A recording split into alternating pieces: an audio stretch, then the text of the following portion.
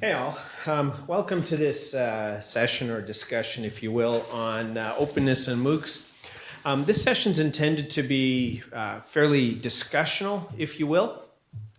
Peter and I are going to both start off with a few comments about the state of openness and MOOCs and where we think things perhaps didn't quite go the way that we initially envisioned them. And then from there, it'll mainly be a conversation. So expect the bulk of the session today to be a discussion, interaction with you. We're particularly interested in some of your thinking on openness, what you see happening with openness and the use of MOOCs, and what you see as critical challenges that need to be addressed in order to return what at least I personally think is sort of a veering in the wrong direction of openness over the last several years in MOOCs. So on that note, without much further, I'm going to turn it over to Peter to provide an introduction. Actually, and interestingly, I'm sure he'll talk about it, but he has a recent report that I mentioned during the opening panel this morning, but a recent report that he has out that addresses openness and MOOCs as well. So I'll pass it over to Peter to get started. Thanks, George. Thanks for the hospitality, University of Pennsylvania. Just some comments to start. I agree that we're veering, and I think that we're veering in a strange set of directions, if not in one particular direction, with our work producing online courses. And I think it's a good moment, especially now that this is the third year of this Learning with MOOCs thing. It seems like it might go on for a bit. There's a meeting outside to talk about the fourth one. We hosted at Columbia, where I was last year, until the beginning of this year, the Learning with MOOCs 2. And, you know, George gave this spellbinding keynote talking about some of the issues that we really need to think about as MOOC producers, the big sort of, the giant issues that we need to think about as, I don't know, teachers, as parents, as, you know, as sort of whole beings. And we'll return to that, I think, in a minute. So the chicken and egg kind of forest trees question for us is who we're producing our MOOCs for. This is the question I open with today, but it's the question that I use to end this new report that I've written out from the Hewlett Foundation and Creative Commons today called MOOCs and Open Educational Resources, a Handbook for Educators. And right now it's on the Intelligent Television site. It'll be on Creative Commons. It'll be in Wikipedia and their resources thing probably by the end of today. It's just publishing today, and you know, here's an early copy. There's print inside it. It's not just blank page inside. The answer to this question, who we're producing MOOCs for, I would posit to this group is that perhaps maybe obviously we're producing for multiple stakeholders, but the deeper answer is that we're really producing these things for the world and hopefully for all time. And, you know, speaking of time, this moment in time, as George made so eminently clear in this talk, that he, and in all of his sort of current work, goes out to the world, is that there's so much sort of horrible stuff happening in the world, in the United States maybe, too, as we, you know, we could go into, but in the world in general, that it's ever more clear that our real responsibility is to improve the planet while we're on it. And there are certain methods maybe for ensuring that we respect this part of our mandate, if we agree with it, of course, and it's part of the way, it's part of the DNA of many of our institutions, as this report makes clear, by citing and sort of interrogating the mission statements of a number of major universities that are producing online courses, and sort of why they're getting into it: Harvard, MIT, Columbia, Penn, and others. The conversation, you know, for me is stimulated a bit by the feeling. I'm a longstanding Hewlett grantee. Hewlett Foundation funded OpenCourseWare. It funds what we call Open. The education division is a big underwriter of this kind of open movement. Hewlett funded this year Creative Commons with a $10 million grant announced in January. It's their largest single grant to date. It's stimulated by the idea that we're kind of going backwards. That, we're going backwards from OpenCourseware. From OpenCourseware to MOOCs, we're kind of going backwards. Henry Adams, great American educator, patrician writer, said that, the progress from George Washington to Theodore Roosevelt was enough to disprove Darwin, something like that. And you've got to wonder a bit about this movement that we're in, theoretically, from this perspective anyway, which is, whether we're doing the right thing with our courses as we produce them. It's stimulated also by the idea that there's a great deal of imprecision in our language when we talk about open or free or access or rights or licenses.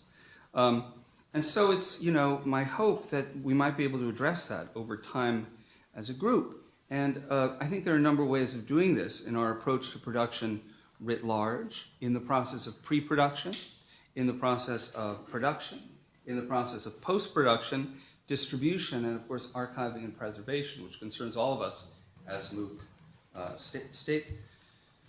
stakeholders. Just to, I guess this screed of 20,000+ words goes into it. But just to use a couple examples, in pre-production, for example, when we're talking about creating a course, is it not interesting for all of us to gather and determine what the ultimate intended uses are of this course down the road, and therefore what the intended rights and licensing strategies need to be for this course? Are we producing something that's going to help a faculty member at a given institution teach better on campus, teach something to paying students, teach something to non-paying students, teach around the world? Are we producing something for the platform with which our institution is contracted, edX, Coursera, Udacity, whatever? Or are we producing something for a wider circle out there beyond the platform, like YouTube or other places where you can post this kind of material, newspaper sites, partner institutions like museums, libraries, and archives? And ultimately, which is the kind of sort of one takeaway, I guess, in this paper, ultimately it might be Wikipedia. That's someplace where we can park quite a bit of our content. Frightening, freakish, grotesque as that idea might sound to us today. So, this isn't a new process that we're involved in, by the way. And some of the slides that I prepared are like these images of educational journals from the 1900s, the aughts, as they say, the 1910s, the 1920s, where people are actually dealing, when the film is brand new, with some of the issues that have concerned us over these 2 days and that concern us in this panel. How do you make your stuff that you're producing for education more freely available to people? That was an issue pre-internet. That's an issue now. The impetus behind sort of it being a hot issue now is that we can do all kinds of things with the web. So does the rest of the world have any rights to the knowledge that we're producing as educators? And do we have any obligation to share it? We live once, but our problems live on. And I think that we can do a great deal by committing ourselves to making the material that we produce and help produce openly and freely available. So just 2 more words, I guess, or 3 more words or something. In the pre-production world, it makes a lot of sense for everyone to get together and determine what kind of license might govern, what kind of usage scenarios might propel the creation and release of these courses that we're doing. This is important, because it affects the mandate of the production team. It affects the way the faculty member is thinking about this course. And at Columbia, where I've been, we were blessed by being able to work, as Andrew and some others here know, with Eric Foner, who is nothing if not an expert on freedom.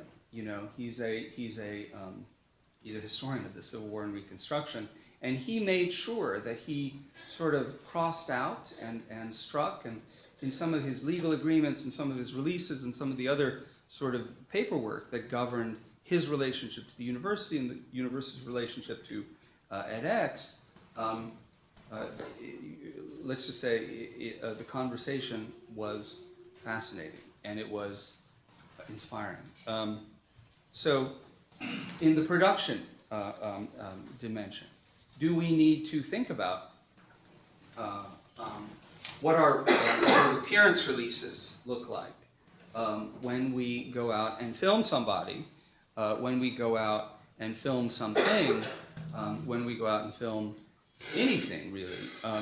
How should our approach, if we're committed down the road, for example, to putting a piece of a forthcoming MOOC on the history of work in America, such as one that I've been involved in with Professor Alice Kessler Harris, who's like the doyenne of labor history and women's labor history in particular. She's kind of founder of that field. She's just retired. She wants to make sure all of her content gets seen by as many people as possible. She is also, a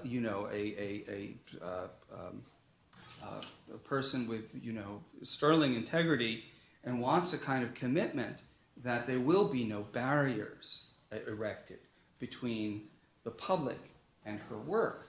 So she is very much committed to the idea, in a course on Women Have Always Worked, the history of women at work in America, a course that'll be released theoretically when a woman will hold the most important, powerful job in the world.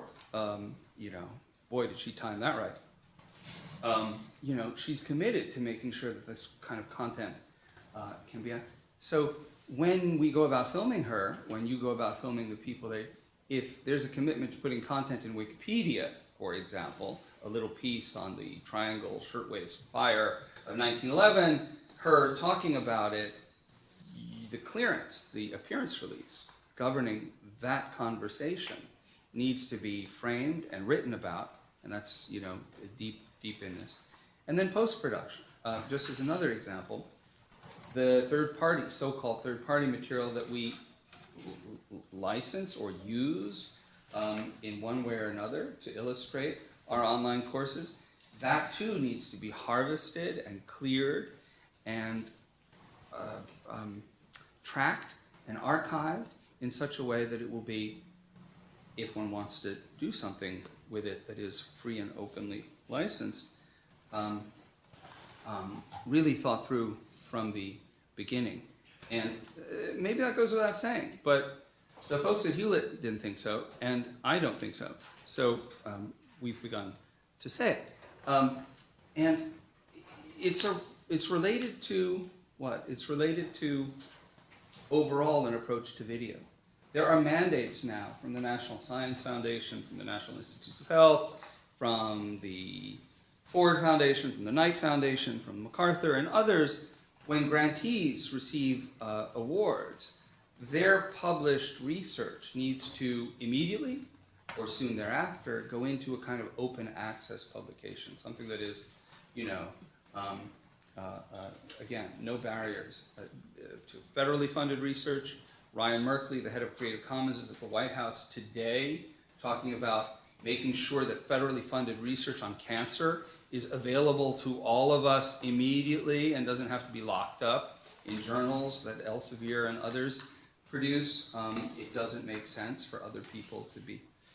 So if you're thinking about this kind of thing, as Hewlett is, and as other people who are funding and underwriting video production as the more modern, perhaps, production or publication method for some of our work, we need to make sure that the conversation around video joins in that conversation around opening textbooks, opening written resources, opening text-published resources.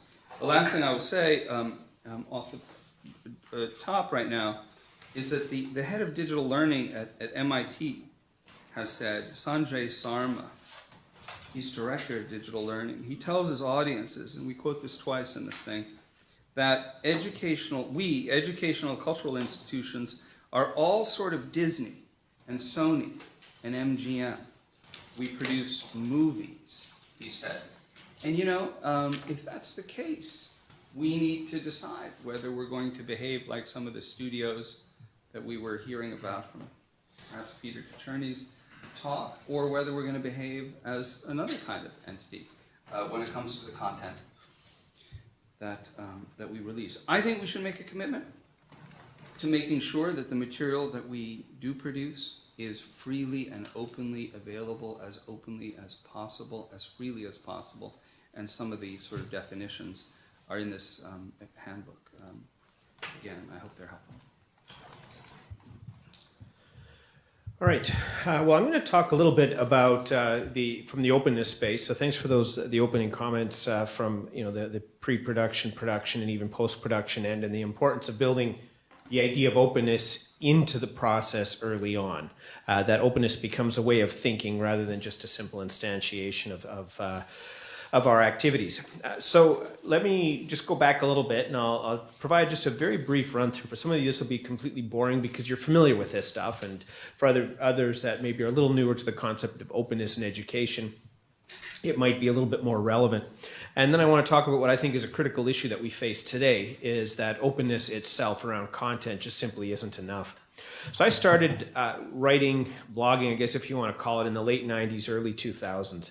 And for me, the biggest thrill was that I could post crap online without an intermediary, and I controlled that voice. And now you're like, well, yeah, we can all do that. But I mean, at that time, it really was something completely new, that you could, you could have participated in bulletin boards and other conversations, but that you would have your own URL, your own site, your own domain for your thoughts. And that point is in the form of blogging, was really quite something. And that's where we started to see an important distinction that continues to cause me concern, at least, in a lot of the social media tools available. And that's the difference between access versus truly open. But I found just simply having a voice was a fascinating start, and being able to engage in conversations with others was a fascinating start. Around that time, David Wiley, who some of you may know, he's now with Lumen Learning, but he was at Utah State and then eventually ended up at BYU, and then now he's got a startup that helps systems move entire degree programs online, a fascinating organization. At that point, he was working with something called open content, and he actually had an open content license in education that predated the development of Creative Commons. And this basically was an attempt to say, what does it cost you to produce two of something? If it's a physical thing, like you have net input costs. If I have one laptop and I need another, there's physical costs in building a second laptop. But the way he articulates it typically, it was the fact that you could take 2 or 20 or 100 of something digital and not have any additional input costs, which means that we need to rethink our output costs when it comes to openness. So at this point, that was what David's work was going on. But if you go back a little further, openness actually has its roots in probably one of the most pleasantly insane people in computer science, Richard Stallman.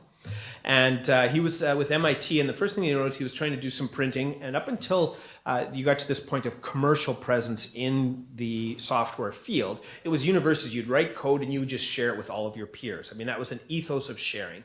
And you'd hear statements like caring is sharing. It was a very hippie-ish type of a thing on some levels, but the commercial software was a new development. And when he first encountered it, he was trying to print a document. It kept running off the screen. Traditionally, if he was working with his peers, he would just take the source code, edit it, compile it, and run. But all of a sudden, he found that this commercial, it was locked down. He couldn't change the code, and that's when he started working with free software.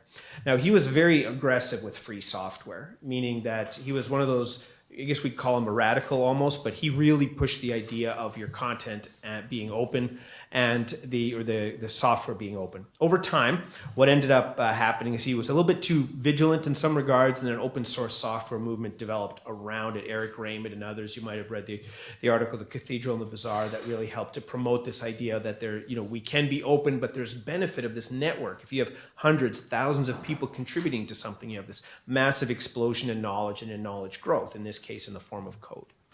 So that's where we were coming into the late 90s, early 2000s. We had a very strong history of openness in software.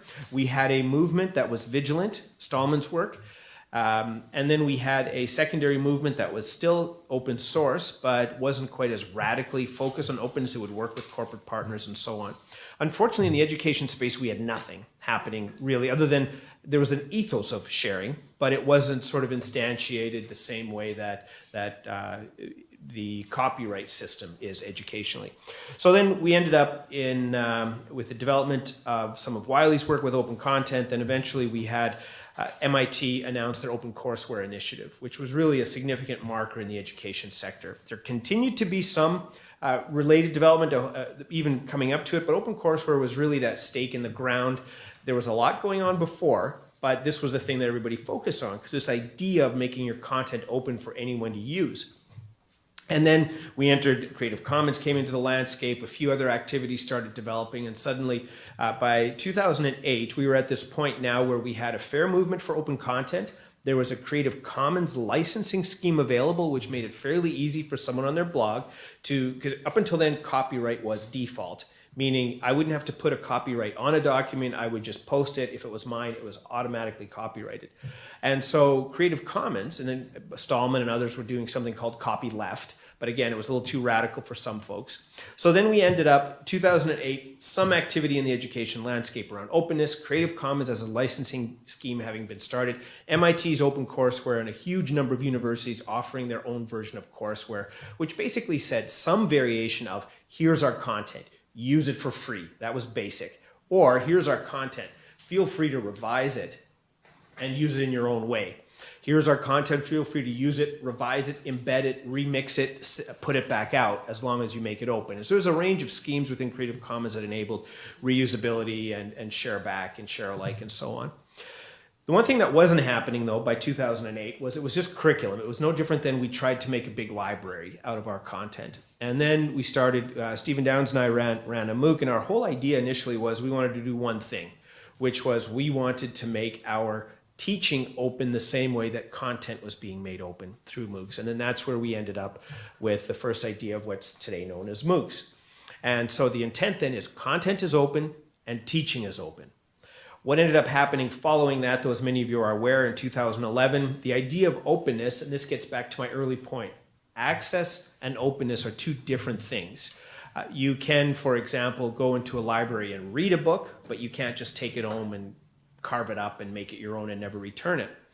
So that's what we're going with MOOCs. MOOCs started becoming open in terms of access, but closed in terms of reusability, which meant that a community college instructor that really loved a module that was being taught around statistics, for example, wasn't able to use that in its entirety. They would likely have to tell students, as I've done with many students, go to edX, go to Coursera, sign up for this MOOC, and then this will support parts of this course. So the fact that I couldn't do one of the most fundamental things of knowledge creation, which is I create a piece of information, I put it online. Somebody takes that information, they do something with it, they improve it, they make it better, they share it back.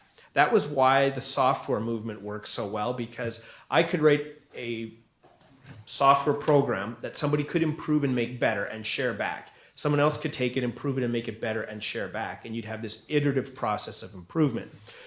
Unfortunately, with MOOCs, where we are today, and this is the question of what happened that we want to spend the rest of the session talking about, is MOOCs have now become open in terms of access, but not open in terms of use and reuse and improvement. And that's, in my eyes, the critical challenge. We haven't had the liberating effect that I wanted with MOOCs initially, at least, which was everyone's a creator, everyone's a consumer, everyone's an improver. Instead, we've moved to everyone's a consumer, and a few elite academics continue to be the providers of information. So that's where we are today, and that's why we're having this conversation. We have moved from an openness to an access model of MOOCs, and that's a challenge. So You should add that maybe Richard Stallman, who's one of the original gangsters when it came to the MacArthur Award, Genius Award winner, he's sui generis, unique individual. He is credited by Wikipedia as being the inspiration behind Wikipedia. It goes into the citation, all that in this. Richard, Wikipedia says that its technological and conceptual underpinnings are based on the Free as in Freedom online encyclopedia that Stallman proposed in the year 2000.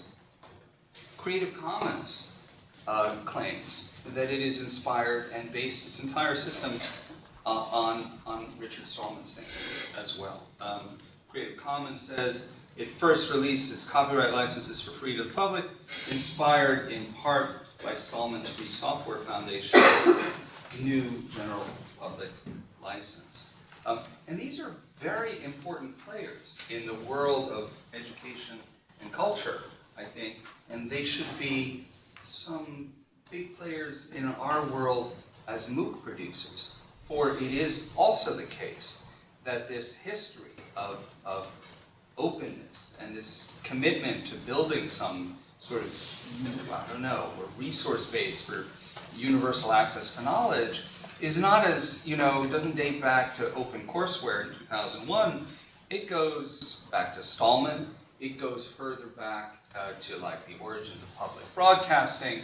It goes to the origins of public radio. It goes back to the Enlightenment when these people were trying to build some giant encyclopedia before the internet, and it goes even further back to the Library of Alexandria under these Ptolemaic kings who really believed that they were amassing all known knowledge and they wanted to make that knowledge available. So I believe that the project we're involved in, the project that we could be involved in, ideally if we thought about it, maybe it's the project that we're involved in whether or not we want to be involved in it, is building this shared resource base of human knowledge, and what better medium to focus our efforts on than video.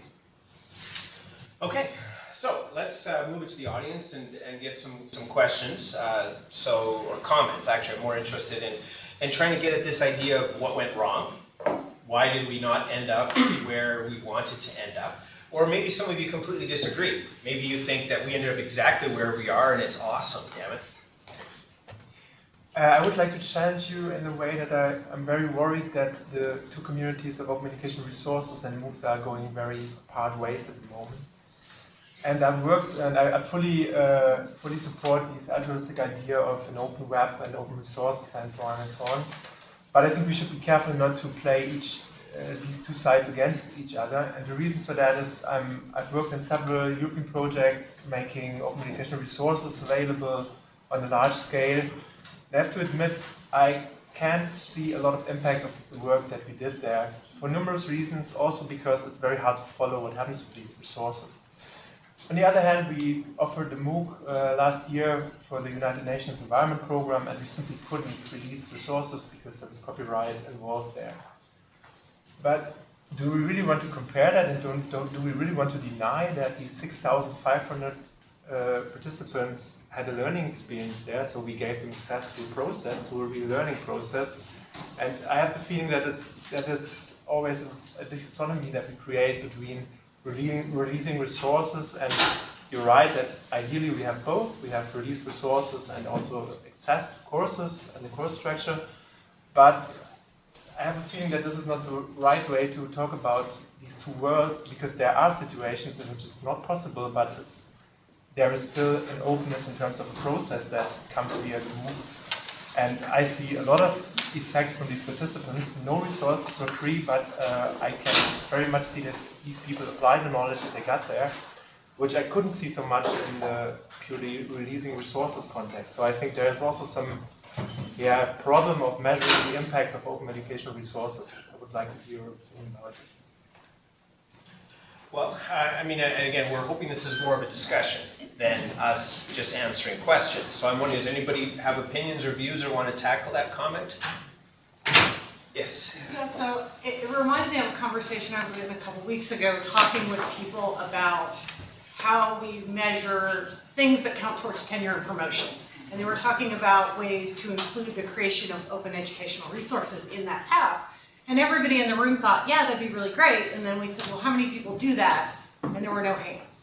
And so I think maybe one of the things that happened is this great culture of openness ran into the culture of the tenure track experience, which is all about cornering off this little area that is mine and is only mine, and you can't have it because I'm the best at it. And so I think maybe kind of what we run into is the ideal of what we would like, running into the reality of people who create these things are forced sometimes by the culture of the academic institution they're in, that what benefits them is to put their things behind the paywall of a journal that counts towards that tenure experience.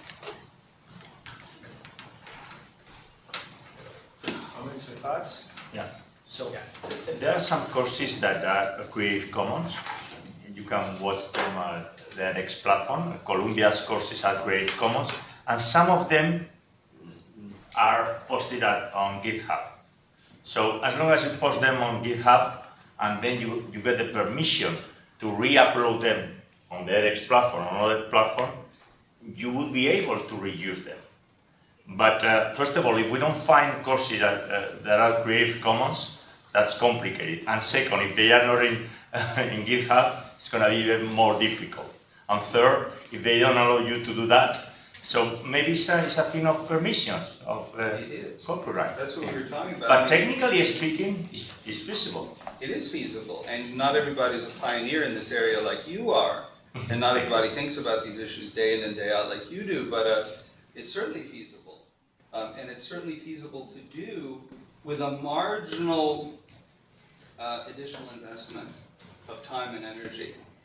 Because, you know, I come from a world of film documentary production where Eyes on the Prize, perhaps the greatest documentary series, I don't know, I love Ken Burns, but Henry Hampton's series on the civil rights movement, 8 + 6 hours, 14 hours on the history of the civil rights movement, nothing more important for all of us to be watching every day now, by the way. That series couldn't be shown on public television after it was made, after a certain number of years, because the people who produced it they didn't clear all of the resources, music and news footage in particular, for a long enough period. They didn't future-proof their document, not that they knew how to do it, not that we should critique them going back in time, but it was withdrawn from library shelves, the DVDs, because the rights to the underlying content, the VHS cassette tapes, and then the DVDs, had expired. Can you imagine a book being pulled from a library shelf? Can you imagine a book being pulled from a library shelf because the underlying rights had somehow expired? What kind of culture would that be for us? That's a whole dystopian reality. And so what we have to do is think about these future-proofing issues, because they're not only, you know, copyleft issues. They're not only Stallman-esque. Stallman, by the way, Edward Snowden credits Stallman as well for inspiring him, whatever you think about that. They're not only Stallman-esque issues, they are issues that go to the heart of who we are as cultural producers. And are these things going to live on or not? Are they going to be accessible or not? We are at this moment there's never been a greater cultural knowledge production enterprise in the history of the world that we're all part of. And yet, how sad would it be if the millions that Columbia is investing, and which we heard about in the last panel in this room, or some of the money that other institutions are investing, are going into things that, perhaps like other Columbia investments, perhaps like Cambridge and other, I can't mention these sort of early 2000 initiatives that are dirty words on certain campuses, they are no longer available, and the resources that were produced under their budgets are closed. you had a point? Well, I'm very happy that we're revisiting the concept of openness, because that was one of the things that has really bothered me, and I struggled with, ever since the MOOC movement. And I was having this conversation with Miguel. We were late because the whole idea of now it's all commercialized. I mean, it's like becoming like when we fly. It's okay if you wanna sit on seat 18A, then I'm gonna charge you $40 more. And if you want to see exercises in this MOOC, which is supposed to be a massive open online course, then you're gonna pay an additional $40. And if you want to talk with the professor, then you're gonna do this. And it's scary. I mean, it's really taken on a life of its own. And it's sort of, universities are grappling with, okay, do I want to enter this space, and what's in it for me, and what's in it for me as a professor? And although some of our tenure line traditional modes are changing for the better, in my opinion, there are open access journals where we can publish, and there are outlets where we can promote our work other than the traditional mediums, but somehow this is flipping now. I mean, the MOOC was supposed to be, or the open platforms were supposed to be open. I always get this argument, well, open is not free. I understand that open is not free, but okay, so what is not free? And what's the difference between open? Okay, open access is the free part, as you suggested, but open content maybe is not free, or reusable remixing is not free. So we're almost flipping now this thing with the MOOCs, and there's all these platforms around us that want money for everything, and the universities want money for. I mean, it's very Just to this point, I mean, in this report, I go through some of the Talmudic disputes that essentially Stallman and others have had around language when it comes to free and open. Language really, really matters. For example, if we're talking about Creative Commons as an applicable license to a MOOC, there are 6 different Creative Commons licenses. There are an additional 2 Creative Commons licenses that people, there's the public domain also. There are all these sort of frameworks for freely or openly licensed, and one is different than the other. And there are 2 Creative Commons licenses that are really important for freely licensing stuff, and for making that kind of stuff sort of compatible with, the Old Testament editors at Wikipedia, who will reject a certain piece of content if it's not under a free license, and therefore it will not be able to enter into our kind of online encyclopedia that was the Enlightenment Project, and that may be our current project. I would propose just one thing, which could be, because everybody's got a business model, everybody's got a model, especially the institutions that are distributors for these online courses. I see the head of one in the room here. Everybody's got but maybe there's some commitment that we could make as MOOC producers that after a certain period of time, or some percentage of the content that we create for an online course could be available in a freely licensable format for unlimited use, reuse, non-commercial, commercial, doesn't matter what. If we could do that, we would be doing something, I think, fantastic for, I mean, it's not a critique of anything that's gone on. Like, Courseware is fantastic. MOOCs are fantastic. edX and Coursera are fantastic. But maybe we need to recognize that, the ultimate repository, the ultimate knowledge resource that we're creating is something even larger. Oh, sorry, Anand, go ahead. Just to the previous point, I think you were talking about open content, which has to do with remixing content. And I think you were talking about open access, which is about MOOCs.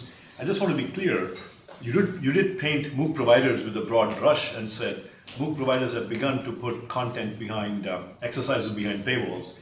I just want to be clear, some MOOC providers are still providing MOOCs. Not all, but some are. I think one is. Where all the content is truly MOOCs. Even for MicroMasters courses in that provider, there are still MOOCs in that all of the content is available for free. There is no paywall where you're blocked from any content. And that provider is absolutely committed to providing open access MOOCs. Could you name this provider? This mysterious organization? It's the only non-profit MOOC provider, and it's committed to providing free MOOCs. And so no content will go beyond, exercises or other things won't be, you don't have to put a toll booth in front of them. So let's be careful when we paint all providers with a brush. One thing that should be noted about, when you mention free software and those free movements is content was remixable in a sense. They were probably the first version of compiler, which was bad, but somebody could improve it. And Wikipedia, first version of Wikipedia was bad. I mean, compared to Britannica, it couldn't be that good, but people could contribute. So the problem with MOOC material, with video lectures, is it's hard to change it. It's not in a format, it's not like a text. So if it's a text published, you can imagine an open textbook. The on GitHub, source code of a textbook, and people around the world can contribute their chapters about whatever topic they want. That would be that can be the best textbook, over a few years. Videos are much more challenging because you don't have, it's not the format of the media that seems to me, that's one challenge with having them, in a GNU, version. It's totally a fascinating challenge, and I can say publishing and books and whatever 600 years old, and film and video 100 years old. There are efforts underway now, some underwritten by Hewlett, some underwritten by Mozilla, some underwritten by MacArthur, to create a open source video editor that could fit into Wikipedia. That's in the report. I wish I could sell this damn thing instead of just giving it away. But it's in this report, and there's detailed sort of treatment of that. That potential is huge because it might render the experience. If you've ever worked on a video editing platform like Final Cut or Premiere, you know what the timeline looks like. You know what the different elements are that you're mixing and remixing. You're mixing and remixing, that stuff. Imagine if you could do that with video that's on the web without having to download it, take it into your thing, and upload. You could do it on a web platform. And that's now underway. There's this Video in the Commons working group that Ben Moskowitz, who was at Mozilla, and I run in New York, and it's going to meet in January, and it's going to sort of release to the world the latest and greatest thing. It is totally exciting. It's stymied because it's, the field is young, but people are thinking about that now and solving that very question to make that kind of media. Because, if you have a closed MOOC, video content by the, great Ivy League professors, it's closed and somebody else publishes very bad video. But if it can be improved over time, it has a huge advantage no matter how good the other one is. I mean, if you can improve it over time, it will eventually become better. That's the problem. We need that editing capability. And so following up, so there's some interesting questions. I'll just jump up there right after that, but I find this fascinating because there's a balance at play here. So edX has this rumored magical company, 150-ish employees. All of them actually require a salary. And so then this question starts to become, what do what is our commitment? If you have a Stallman-esque commitment, basically you say, excuse my terminology, but burn the motherfucker down. Meaning like you just don't care. These are my standards and this is what they are. This is why Raymond and others with the open software movement came up and said, well, we can still have openness, but there's some good things there, and so on. So I guess that's the question that we're facing. Like, at what point, how do you fund an infrastructure provider like edX if all of your content is available and if there's no revenue stream made available? You could say, well, if it was like a large nonprofit that funded it, that would be terrific.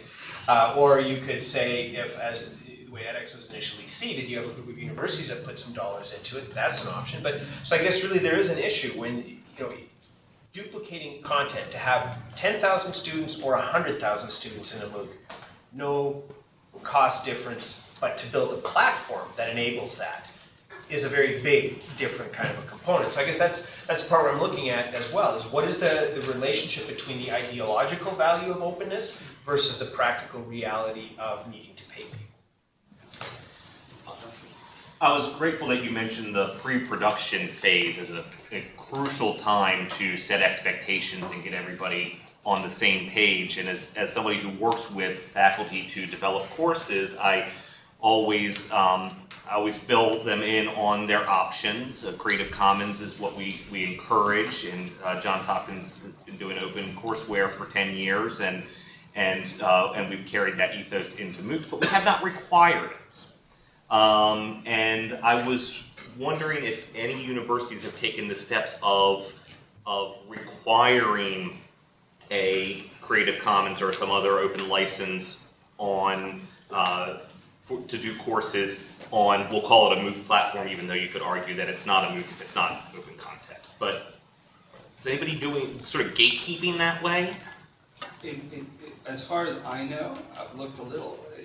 No one has, but another kind of angle into that question or answer could be, would a university be open to producing an online course? And this is one of the things that Hewlett asked me to push for out in the list of recommendations, and there are 5 of them in this thing. I can't remember what they are now because I just finished it. But one of them is, for sure, could a university be incentivized to producing a fully free, which is to say, not Creative Commons this license, not Creative Commons that license, but Creative Commons, the 2 licenses that can count, that are compatible with Wikipedia and other fundamentally free platforms, if there were a grant, you know? And guess what? This is beginning to happen now. This is like, there's a murmur of interest. And if this group could somehow, maybe it's Hopkins, or maybe it's Columbia, or maybe it's, who knows, like somehow get a project together that would be a showcase for this and document the production of that process by really careful sort of contract license rights management, boy, would that be an achievement, because that could be, in essence, it's sort of like what James Grimmelman did around the Google Bookshelf, annotating essentially production agreements and distribution agreements as we go forward. So I can add something to that. Given that we work both in open source software and open source content, we would like to see all content be open source. But I'll tell you what the challenge is. It comes from the strangest place. With open source software, we understand it. We've open sourced our software, and it's well known that it reduces, if you open source your software, the company valuation tanks, which is why for-profit startups would never open source their software. And so, but there is value to the community in that people can contribute and add value to the software, and the software gets better. There are enough examples, just with the edX platform. The reason we have such a large number of rich assessment types is you guys, the open source community. Stanford built the hinting XBlock. Cerigo built a bunch of XBlocks on memory tools and so on. Any number of people, OLI built some of the adaptive learning components. So any number of tools have been built in open source, and so there's value to all of us, including edX, for open sourcing it. With content, we went to the extent of, within edX Studio, to be able to mark content as by any creative license very easily. We did that. And in fact, guess what? Delft contributed to that module. The challenge for me personally, so in our hearts, we want to make all content open source. My own circuits course, you wanted open source and make the whole thing just completely free, take and do whatever you want with it. You know what my problem is? The problem is with every open source content example I've seen the only people that benefit are certain for-profit companies that will take your best videos and content, include that with their textbooks, sell it, not do any improvements, no squat, no nothing, right? And so there's no value. I have not seen, and maybe help me here, I have not seen an open content project. My circuits course is on open courseware for 13 years. Okay, it's CC by NCSA. Not a single change has been contributed by anybody. It's not been improved.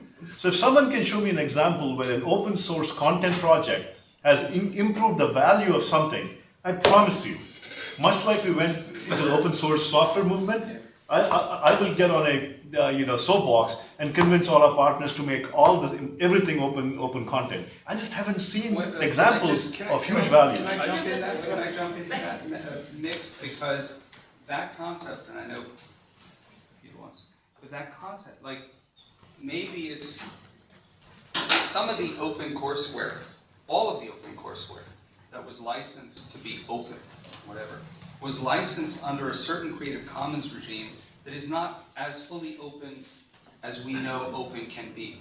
In other words, there was an NC restriction for some of that stuff, the kind of restriction that you're talking about now.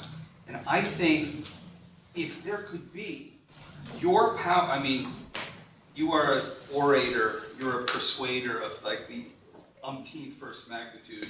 If you could get in front of a foundation group and say, the next circuits course you're going to teach, or the next anointed course that someone is going to teach that's going to be premiered on edX, would be fully CC BY licensed. Okay? And if Hewlett was in that conversation... I'll do better than that. I'll commit to making my circuits course not even CC BY. What's the freest license you can get? Don't even give me a BY. CC 0, Yes, whatever. I commit to do that, but you have to convince me that there is value to the community. That is, somebody will improve my course. Somebody will add problem sets and exercises that I can then use. I haven't seen any example. Maybe the closest one is the work that Rice is doing with OpenStax, with open textbooks. That's the closest one. But I have not seen much better value created by open content. And if you can convince me... I can convince you with one thing, let's just get some which is comments from the audience Wikipedia. Wikipedia. So, okay, I'll just take a different, I'll just dive in. So Wikipedia, Yochai Bankler wrote about this. You have two ways to produce something of quality, essentially. One is you produce it by experts. The second is you produce it by the masses. But there's an economic misalignment between those two. And this is where the issue arises, exactly what Anand's saying. How many people in the world have the capability to contribute back to a course that's MIT level engineering course? Probably a small subset. So what I'm saying is that when you have that kind of an infrastructure where you have high expertise, you're going to see far less contribution from amateurs. That's why things like Wikipedia, anyone can go in and edit things like, this happened here, I can add a citation, I can add a resource and so on. But there is a relationship between openness and expertise versus openness and amateurs in terms of what can each reasonably expect to donate. And the only way you're going to get the effect of software is there's a huge amount of individuals who can program in Python. Meaning anyone can go in and say, I don't like it that it does this thing when I load and I want to change that. And because you have the skill set of the masses, they can contribute to this thing. If you don't have masses that have skill sets in the topic areas, you reduce, I think, largely the capability of contributions. Yes, someone once said, never underestimate the amount of time people spend on the internet. And I think if there were a way for your course, try it with little pieces of your course. Like we did 5 years ago with Walter Lewin's course on I can't remember the name of it, but on Newtonian physics in essence. Wikipedia, Steve Carson at MIT, S.J. Klein at Wikipedia, and I got together and we got Walter to agree that little pieces of his course, he was then the most popular online teacher, page 1 of the New York Times, would go into into Wikipedia under different articles about Newtonian principles, sort of law 1, law 2, law 3. You guys at MIT know way more about that than I will.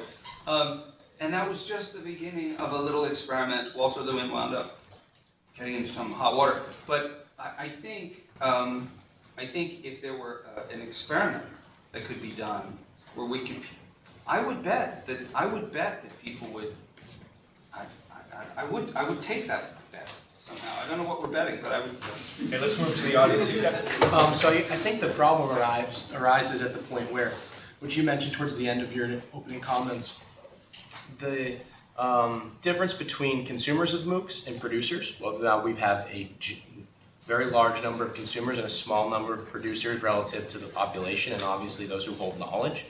I think the problem that you've presented, that there hasn't been an improvement. I think that would change if the side of producers grew. So for an example of which would be, obviously there's a very small subset of people that can contribute and improve an MIT-run MOOC, right? But if there was, and this might tap into the vision of MOOCs in general, but if we had producers of MOOCs that were a little bit more open, maybe social media influencers or corporate entities came into this.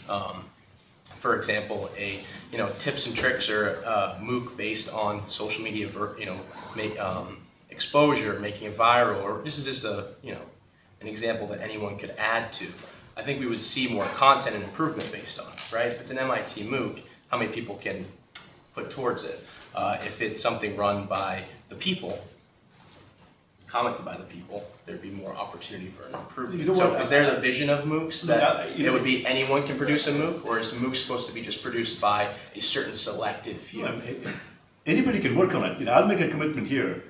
If some of you will commit to do exactly what was said earlier, which is take pieces of my circuits course, or MOOC for example, and put them as part of KVL, KC, and other laws and all the other stuff, if a few people commit to doing that, I will make it CC by NCSA. I worry about the NC because I don't want for-profit book publishers to take all my videos, put them in a book, not improve them, and not give them back to the community and profit off of But it. you said a minute ago, do any CC even forget to buy? Because if you have an NC license, you can't go into Wikipedia. People can't work on it. Oh, is that right? Yeah. Okay, so I'm thinking about that. I thought Wikipedia can use NC, I thought, but if not, I'll even consider taking that off. If you will commit to doing the work. But I think we're missing a lot of social context here. So one of the biggest things that I see with this is that the only way you can get that kind of work is your peers are going to contribute to your course. Your peers, not your students necessarily. Your students might be able to say typo here, this, there, that, there. It's the accessibility barrier of knowledge is so high with engineering courses at MIT, that whereas somebody who can hack around in Python is anyone who has basic Python knowledge can possibly contribute. This is where consortiums of educational material are potentially effective. So David Wiley's work on Lumen Learning, he basically says, why does everybody need to have the same course at every university with the same input costs? Why don't we share those core courses? And I think a better approach, like for me, the thing is we have to sell what is the experience rather than what do we want. We can't sell ideologies. We can't go up to somebody and say, your course should be open. Who cares if it should be open? What's my value in having it open? Tell me why it's valuable that it's open, and then I'll buy. Meaning, we have a consortium where anybody who puts in can take advantage of them, and the list goes on. But anyway, so there's just a few possible ways to look at it. It's really a consortium model that enable that kind of interaction. Now, we've got a question here, and then we'll jump right back there. Sure. I don't want to oversimplify this, but it brings up, I think, Ty, a point that you made earlier, which is about the actual tools. So very tactically, if we do have, Anant offer up his course and say, all right, here's the challenge, who's going to contribute to it? I'm thinking in my head, and probably because I worked at edX, I'm thinking, okay, so what tools do I have to do that?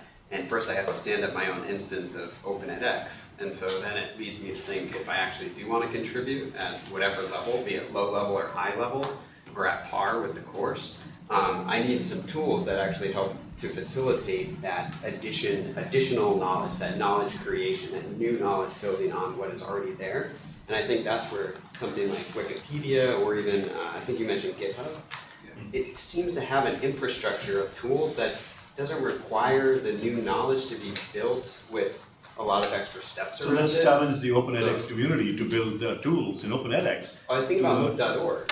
I don't know, like, if that vision is out there, but it always, I don't know, it always sort of like comes up and I'm like, oh, maybe this. Actually, the Department of Defense, the ADL CoLab, is working on a total learning architecture system, sort of an ecosystem where it allows, conversations across different tools and platforms that could potentially enable that, remixing, reusing of content and people contributing to that. And I was going to mention also in terms of Peter's idea about, going back to what happened to our, reusable open ed resources and how can we go back to that. I don't know if you remember Wiley a long time ago with the learning objects, approach, and also the Department of Defense, or I'm not sure which government entity, was supposed to work on an open access library, and we were supposed to have all that metadata, and we were supposed to have all these objects freely accessible to be able to mash up and, remix and reuse and come up with courses that are customizable and personalizable, and that actually never came to fruition, perhaps. See, I think here the big problem is that we're asking a network to be controllable the way that we've controlled traditional academic content too. There's a mismatch in the But structure. at least they can come up with a prototype, and then, if we have the LTIs, the XAPIs, the things that are supposed to make everything talk to each other, then yeah, it can, I totally agree. It can't be the one network, one platform thing. I think it's not only about control, because I have the same experience as Anand in the European projects. Thousands of learning objects, content specific for a domain, reuse or adaptation was below 1% of the resources.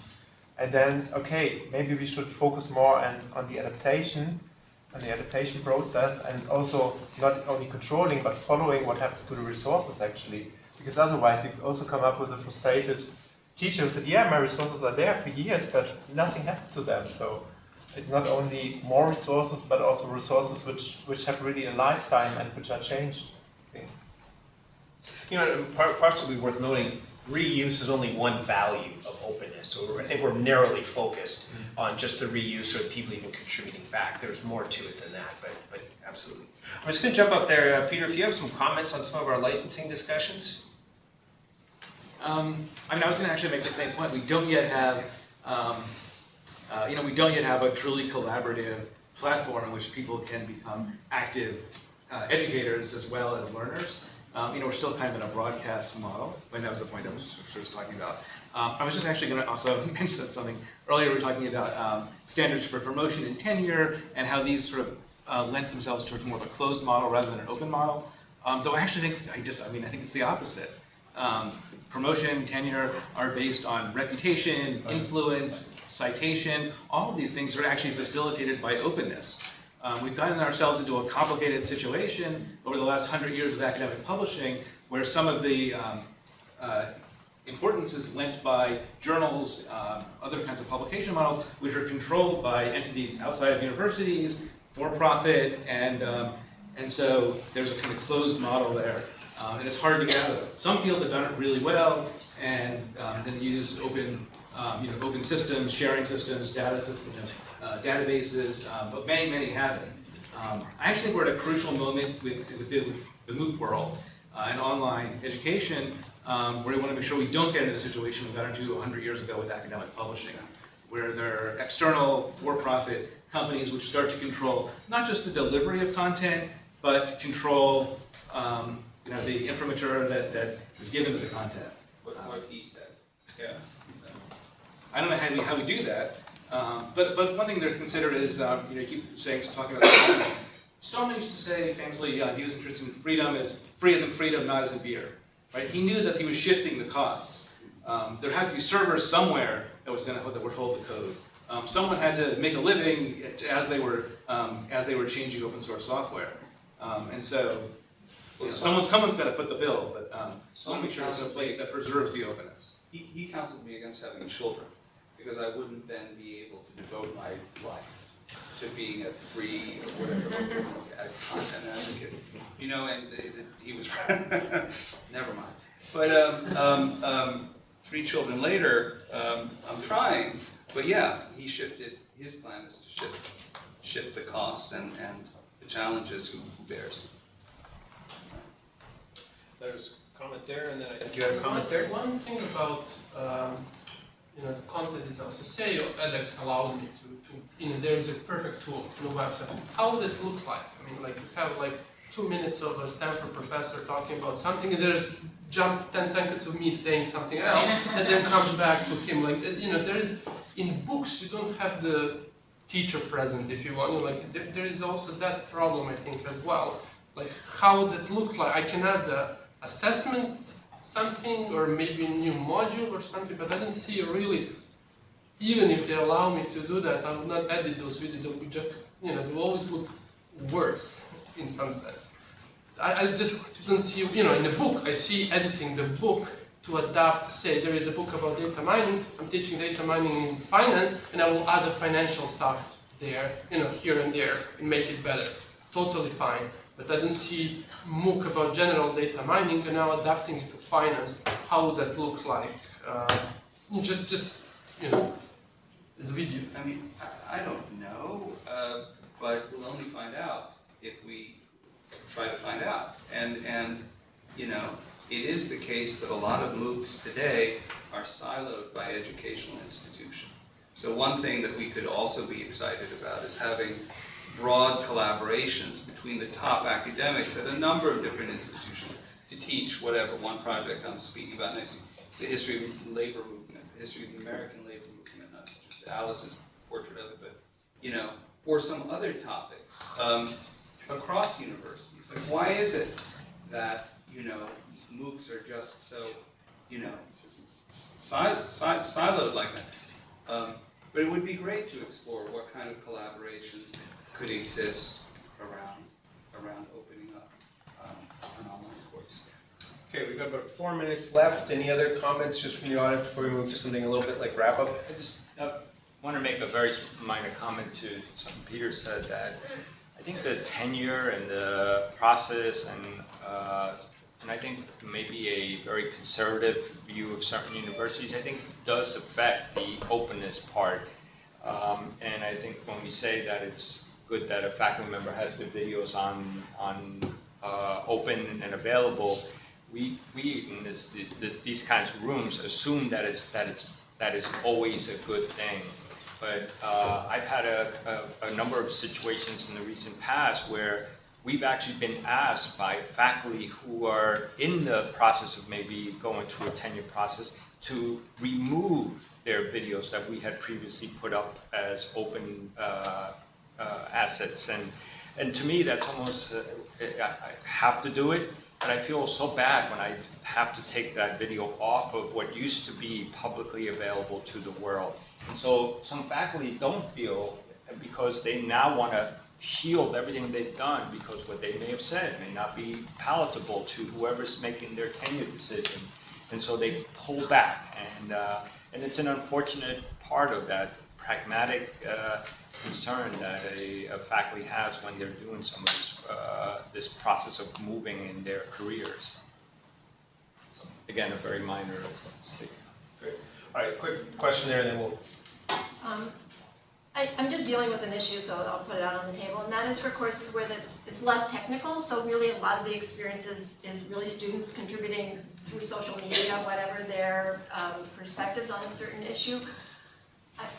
I think so much of the experience is how that's facilitated by the instructors, and so I feel a little uncomfortable with people taking the content part of my courses and just using it, and because they might not know how to facilitate and create the kinds of experience that I think is so valuable for students. So I'm sort of struggling with that issue. All right, well, we do need to move toward wrapping up. So we resolved absolutely nothing, but we did talk a little bit, so that's good. Final thoughts from you, Peter? I don't know, like one thing about the impetus behind making stuff more available and actually seeing whether that's a benefit to teachers first and to learners second, maybe, is, you know, the sort of to recognize that it's axiomatic that with very, very rare exceptions, there are more smart people about a given topic outside a room, like the room that we're in right now, than inside, outside a classroom than inside. And if we think about how we can reach these people, and if we think about how they can reach us, then that should motivate our efforts to try and make the knowledge that we're producing relevant to them, relevant to others, and even more relevant for ourselves as knowledge. It's a kind of virtuous circle. Maybe it's a Pollyanna-ish kind of approach, I don't know. I don't think so. I think that if we, you know, there's nobody who's as brilliant and a professor of electrical engineering or computer science as Anant, but there might be people out there who can make comments to what he's putting out there, and whether it's the history of labor, or the history of film, or the history of the Civil War, what a conversation that could be if we open the door to it. And I think for me, one of the big things, so I'm very much a fan of openness because I think it's the seed of creativity. and there's the unintended consequences of openness that I'm always interested in. We've largely lost the openness war, even though we've won a series of battles. We've won the open content battle, and we have a lot of OER resources available. The next generation of openness that I've been whining about for probably about 4 years now just hasn't happened. Algorithms, for example, aren't open. Adaptive learning systems, which is the future of learning technologies, aren't open. Recommender systems aren't open. So we do have open content, but open content that's not properly sequenced or not part of a system where we can actually have say, input, and influence is hardly openness